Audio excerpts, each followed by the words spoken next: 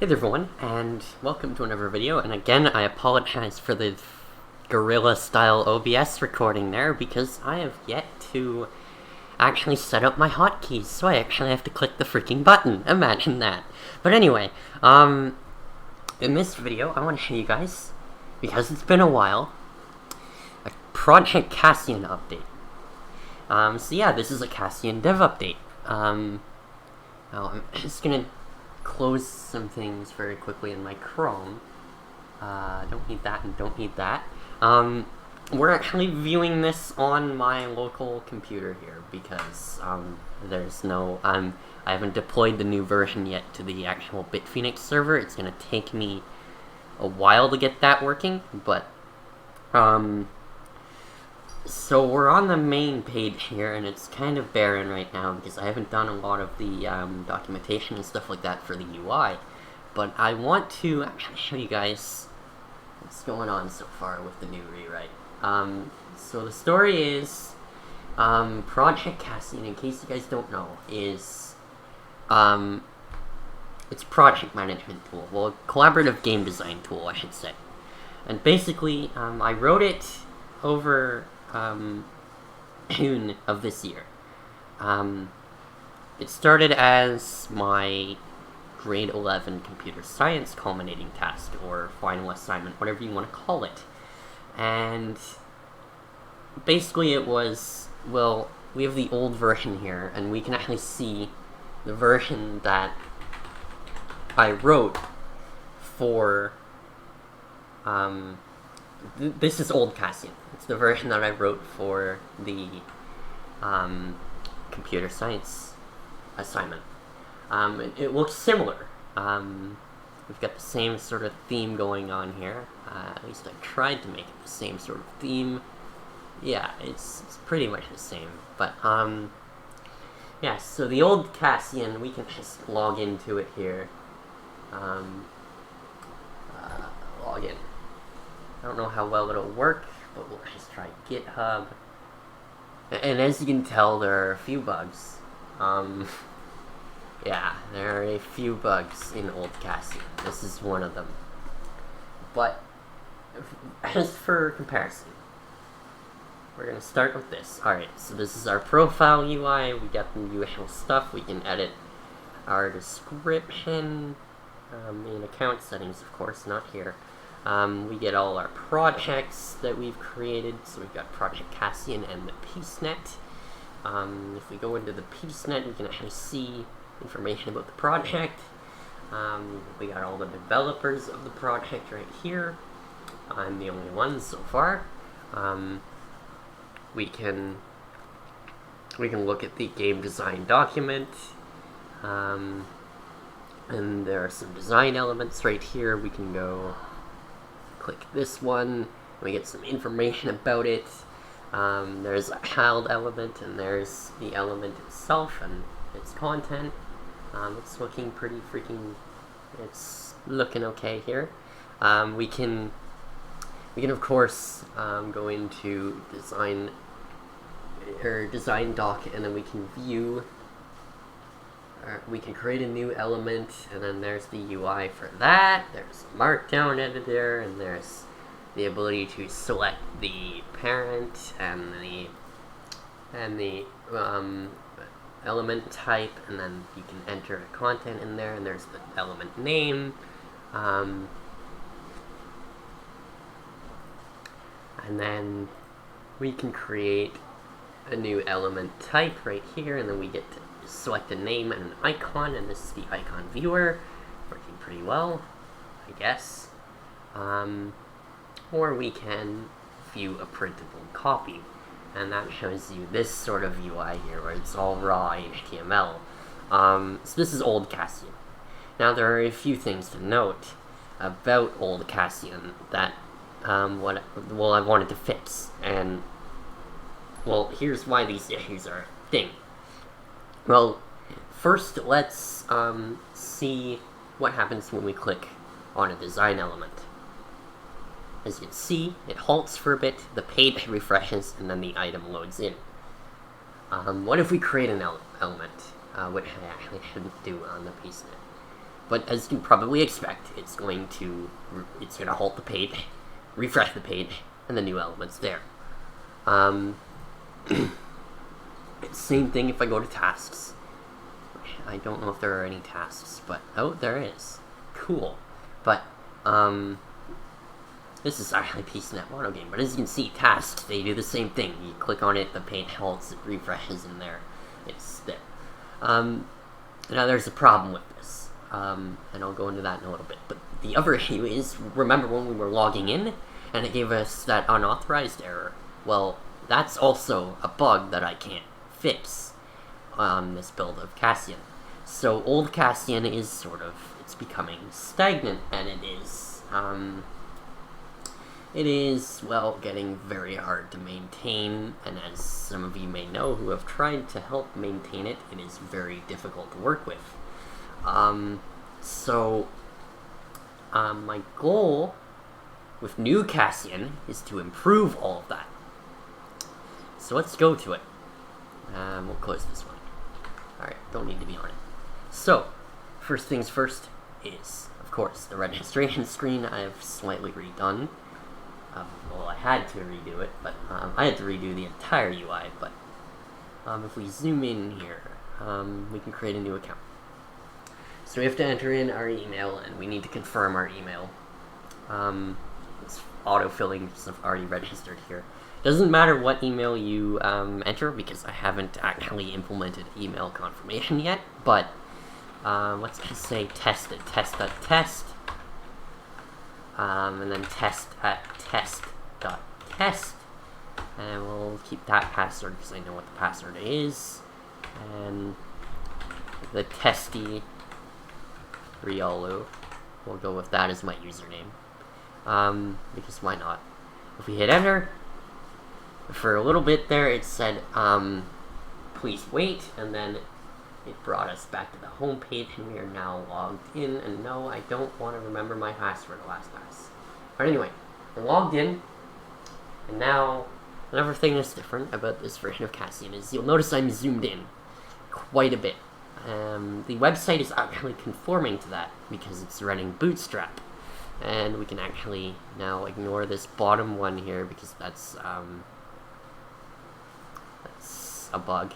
Not really a bug, it's a missing feed here, but we can access projects and our user menu. There's the user menu right there, and projects. So if we go to projects, we can actually see all the projects that other users have made. So we've got Cassian, we've got test project, and we've got my cool project.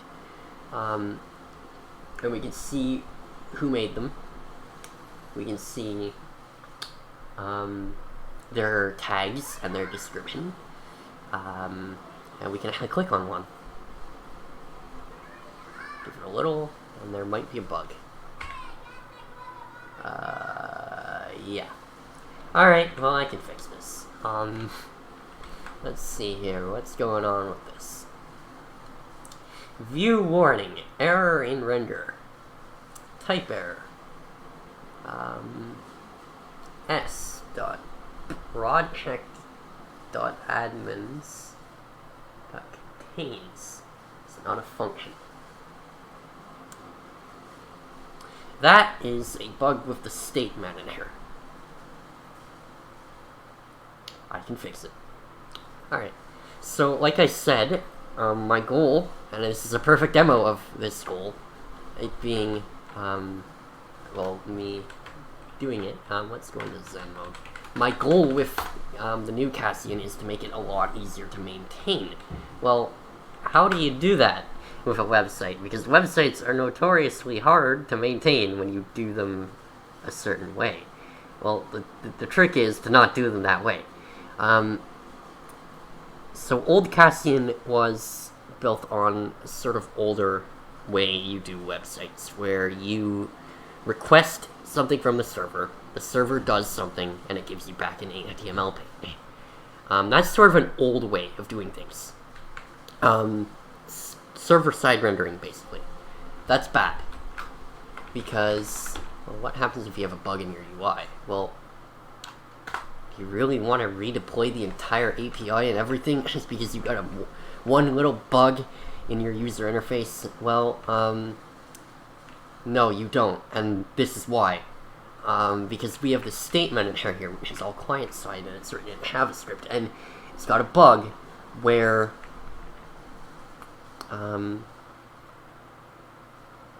if I can find it, I'm trying to find the getter for isAdmin, but there it is, there we are, right here. So, we can sort of hot reload things here. In the development environment. So I'll start with if s.user else return false. Alright. And I'll do a not there. But if not s.user, then we'll continue. If is owner s return true, else for let admin of s.project.admins if admin is equal to s.user.id return true, otherwise return false. Alright, and then let's say, alright, I'm gonna fix my tabs here, but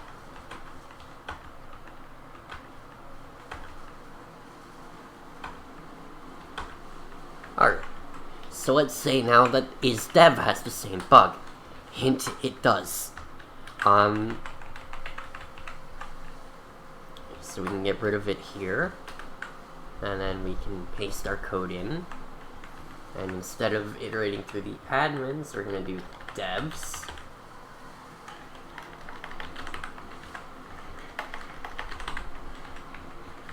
And we're going to do isAdmin, then you're obviously a developer. Because if you're an admin, you're a developer. And if you're an owner, you're an admin. Alright, we save the file.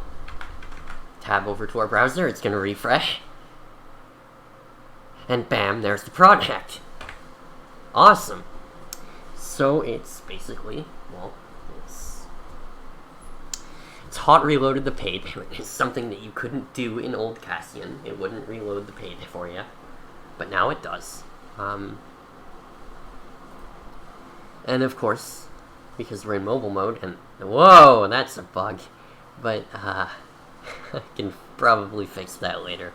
But we get this drop down here, and we can actually switch to the game design document. Unfortunately, we're not a dev, so we can't add new elements, but we can actually see that there are no elements in this project. But we can also read a little bit about what the game design document editor is and how to use it. And of course, it gives us a nice little link to the wiki article that I'm going to be writing on the Bitphoenix wiki for design elements. So that's handy. But we can also, we're not a developer of the project, but if we were, we could go into settings and we can manage stuff in there. But we can also see who is the developer, or who is on the team for the project. And hint, it happens to be the fuzzy Riolu, which is me. And if we click on the fuzzy Riolu, we get a nice, a much better profile UI, compared to what Cassian used to look like as far as profiles go. And profiles can, well, basic info is not yet implemented, but profiles can contain arbitrary markdown on their page, which is what this is. And you can actually tab over to projects, and you can see all the projects that you have access to that this user owns. And eventually, it'll show projects that they're an administrator or developer to. But for now, it's just projects they own. But yeah, a brand new profile UI. And if we want to, we can actually, so we can go here to my cool project by new user 123, I think. Yep. And we can go over to this one's game design document, and we get another bug. These bugs are wonderful, aren't they? But let's have a look. It's probably a Vue error. Let's refresh the page.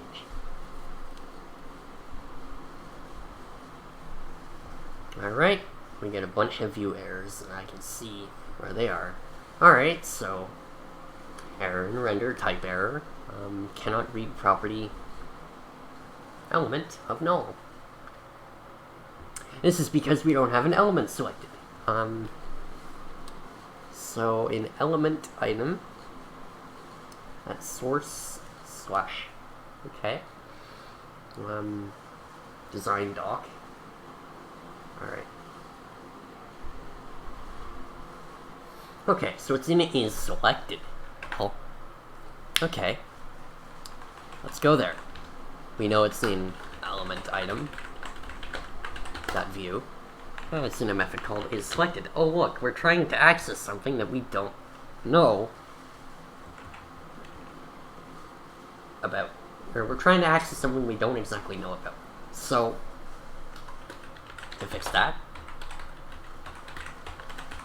we add this .current element and this .current element. And then if this .current element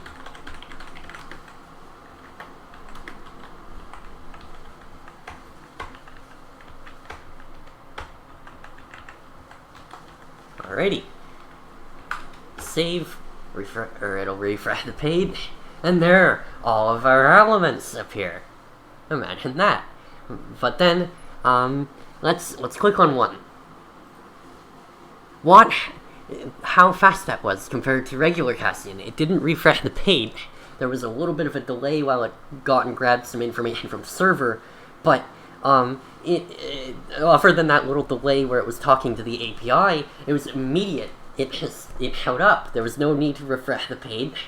No need to, of course it did change the URL of the page because that's how it works, but it didn't refresh the page. It gave us all the info about the element that it knows about. It's got the element ID, the person who created the element, it's got the element type, and it's got the parent value, and it's got the element content as markdown. And then of course it's got its child element, which is displaying right below it. And we click that, and bam, it pops up instantly, minus a little bit of a delay talking to the API. But then we click on its child, and it comes up instantly. And we click on this one, and it comes up instantly. See what I'm getting at? It's a lot faster now. So yeah, just getting things from the server is a lot faster now, and here's why. I was mentioning earlier that that old Cassian used an old web standard, I guess, for getting the server to do things. Well, now, with new Cassian, it's running something different. It's running something a little more modern. Can you guess what it is?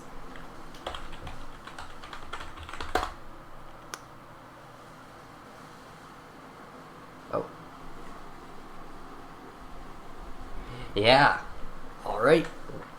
I think I entered the wrong port in, but yeah, 3030, it should be 3000.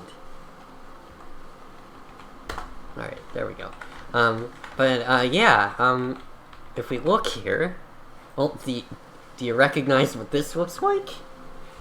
This is, of course, JSON. JavaScript object notation returned to us by the server. And as you can see, it's got this general structure here. We've got a success value, which is set to true. We've got an array of errors, which is empty, because there were no errors. We've got an array of projects. And the first project, it's got no admins, it's got no devs, it's got the tags, Cassian test, project Cassian test. Wonderful, wonderful, Michael. Kaylin's gonna love that, but also tag. It's got, it's public, because public is true. It allows users to test, oh god, I can't pronounce that word, but you know what it says. Suggestions, oh god, my voice needs help. But it's got the summary, which is the test project for Project Cassian itself. It's got the project ID. It's got the name, Cassian. Slug, Cassian, which is the URL for it. It's got the owner information, so the user who created the project, which happens to be the fuzzy Riolu. It's got the about text. And it's got a V. I don't know what that V does, but it's a number. But we can see all the other projects. And then, well, what if we want to... what if we want to have a look? Oh, what am I doing? Oh god, I'm hitting the page down key. But let's say we want to have a look at a project's design elements. If I can find my mouse. We just gotta go into... Or we gotta grab the project ID. And we gotta go up to the URL and go to /elements.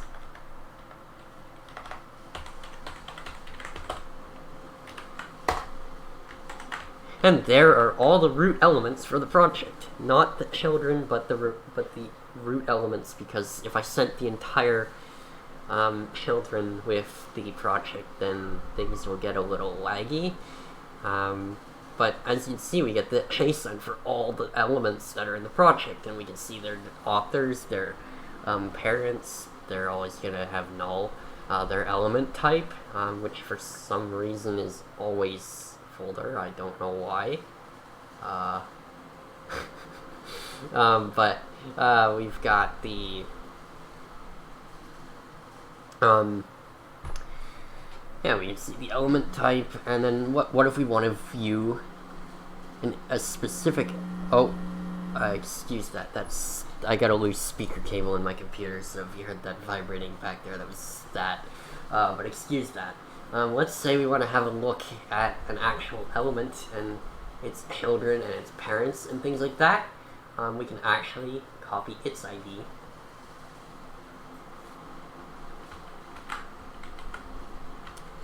And we can go into the URL, and we can go add a slash, copy the ID in. And bam, we get this similar looking JSON here, only this time it contains the element information. It's got the parent ID and everything. And it's got a list of children and a list of parents. So you can see the parent elements of an element. The parent array, the way it works is the first held, it works, basically, it's going to be an array of element IDs, and the first one is always the immediate parent.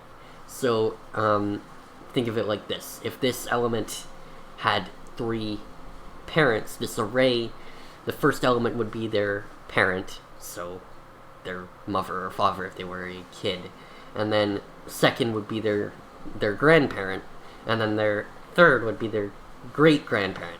And that's how that works. So basically, you iterate through the array, and then you can get the parent IDs at different ancestor levels, I guess. I don't know what to call it. But anyway, yeah. So that's how that works. And then, of course, you can get users by doing, I believe, /users, /username, / the testy Riolu, and bam, there's my user info for the account I just created. But yeah, basically this is a JSON API, so it's split. So new Cassian is split into 2 distinct parts. It's got a JSON API. I'm trying to get my Chrome to not be Chrome, but there we go. Control F4. It's got a JSON API in the backend that it can ask for information from, and that's why it's able to get things so quickly. And it's got a Vue.js front end, and that's why it's able to, whenever I click a project here, or not a project, an element, it's able to live update the different elements for the project, because I'm actually using a JavaScript library that's designed to allow me to do that. But anyway, now on to the even more fun part. Let's create a project. I'm logged in as the testy real. Okay, so we'll create a new project. New project. That takes us here to this UI. All we gotta do is enter a name. I'm going to call it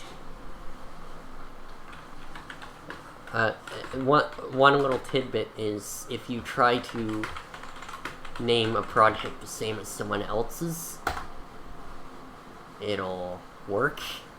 That shouldn't. Oh yeah, it does work. Because you are not allowed to have two projects of the same name if you own them. But if another user owns My Cool Project, and you create a project called My Cool Project, it's gonna work just fine. As long as you don't create another one of your own that's called the same as one you've already created, it'll work fine.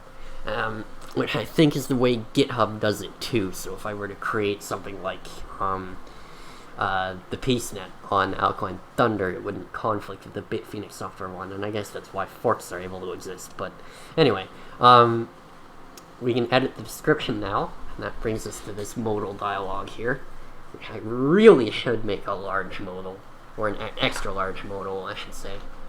But luckily, I can hot reload, so let's do it right here. We go into the HTML and we just do, we just find the modal here and we do, oh, it is size equals XL. Okay, that must be a bug, but it must be in phone mode then. So it's treating it as a phone. Yeah, if we zoom out a little, now it's an extra large. But anyway, alright, so we can add a description, and the description of your project, or the README, is a markdown enabled content field of your project that displays on your project's main page to all users. And of course, because it's markdown, we have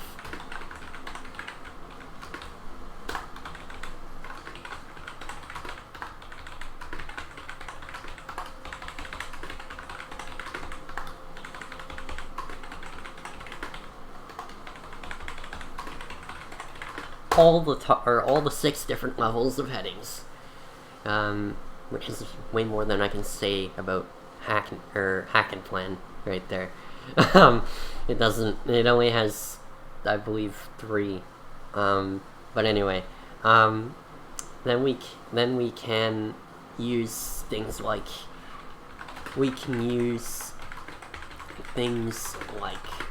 bold, italic, both at once, and we can strike through text, and we can use inline code blocks. And then, of course, we can list this one, that one, and the other one, with an unordered list, or we can list the first one, the second one, and the third one with an ordered list, and we can do ordered nested lists. So the first one,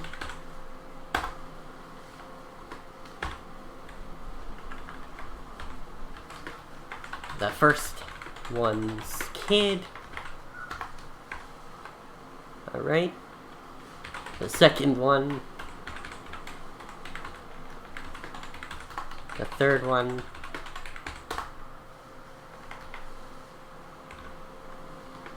The third one's unordered child. And that's how that works. Alright.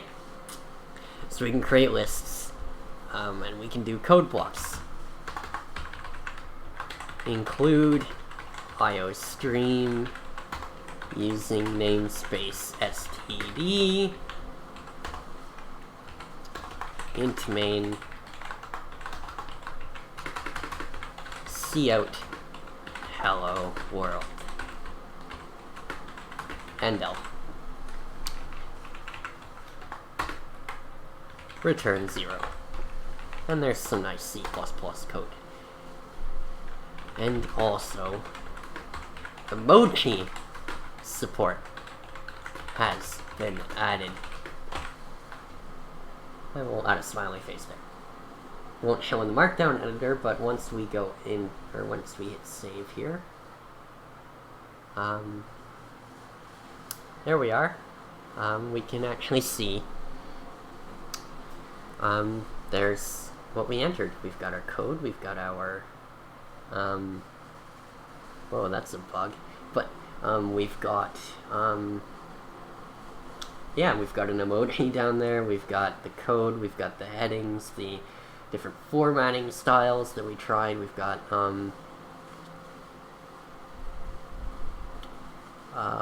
the ordered list, we've got the ordered list with its child, and the ordered list with its unordered child, and that works just like that. And then if we go into the game design document here, now we can create a new element. That appears to be bugged. That's wonderful. Great. Let's try the other one then. Nope, that's bugged.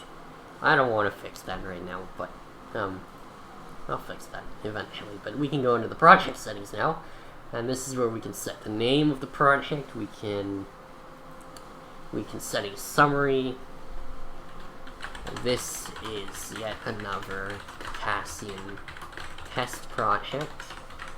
Then down here is a bit of an experimental tag editor I'm working on. So we can enter things like Cassian. This is a tag. Tags are cool. Oh shit.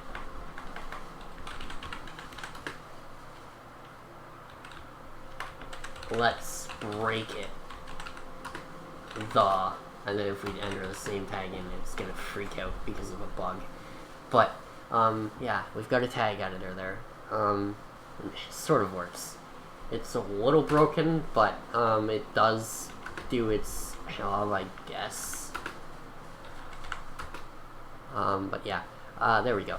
We've got some tags. That works. Anyway, there's another way you can edit your README, and of course,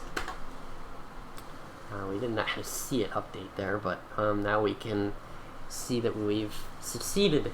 We have updated the project settings, and under design document, we can actually create element types in here. Now there is an icon picker, but the search doesn't work, and although I can select an icon and it actually does show up on the button, when I enter in an icon name, or not an icon name, a label for the design element, so blind, because I selected the iClose icon. As you can see, it's yeah, it's doing that funky thing where essentially it has it updated the property. But let's try it again. Keep it as blind, and we'll select, and then we'll just there. All right. As you can see, it didn't care. It used the folder icon. So there's a little bit of a bug there. But then, since we're an admin, we can delete design elements. And there, that's gone. As you can see, it's extremely quick. Like, it went away instantly. And that's that JSON API, and the fact that I'm actually using a UI framework. But yeah. There are other parts of this UI as well as, such as the team section, which shows you all the members of your project, and eventually you'll be able to add and remove them. And then there is the tasks section, which currently has nothing in it. So yeah, and of course the tasks UI itself, I think, has nothing in it. Yep, nothing. Alright, but yeah, that's the new project UI, and if we go into, we've already been in here, but if we go into projects, we can now see that this one has tags and it has a summary. And if we actually go to our own profile, which is a little freaky to get to, but you can get to it by going team, your name, there's your profile. And we can edit our description, and it also supports profile pages also support Markdown. And there we go. Save. And there, it's updated. And actually, I don't know what happens if I remove the oh, okay. Well, that's a bug. Okay. JavaScript. Wonderful. But anyway, there's our own projects there, and yeah. So yeah, basically that's about it. I do want to see one thing here. If I go into the My Cool project, I want to zoom in a little, and I'm gonna actually, you know what? Let's not zoom in like that. No, I don't want to take a screenshot. It's not what I wanted to do. But let's go in here, and there's some view errors in there. Great. But we'll click this right here, and this takes you into the phone mode. So Chrome is rendering it as if you are using a smartphone. So let's go here, and we're going to go ADD. I haven't actually tried this yet. So I want to see what game design tasks. Oh, that's a bug. That doesn't look too good. Let's fix that. Design.view. So what happened here? Well, what happened here was we didn't actually. We gotta do LP equals 6. Alright. LP equals 6. That means that they there we go. So now it's a little better. You can see now it's doing this top-down thingy where the top of the page is your design element tree, and then at the bottom you get the element info. So your ID, your things like that are all at the bottom. So that's how that works. So it's a little better. But yeah, also you can traverse back up the parent tree. Okay.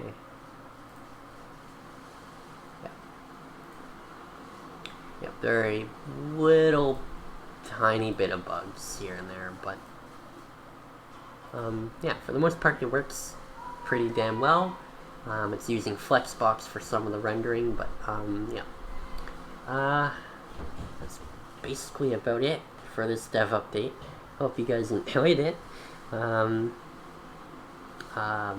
really a lot more I can show, but I will be working on this more and more and adding more features to it, and eventually I will be getting the update out to everyone on Cassian.bitphoenixsoftware.com, and then you'll be able to access the API at api.cassian.bitphoenixsoftware.com because domain names. But anyway, that's basically it. Then we can pop out of here and there. It's doing it, and now it's side by side again, so that's good. And yeah, hopefully you guys enjoyed the video. I've been Michael, and I will see you guys in the next one. Thanks for watching.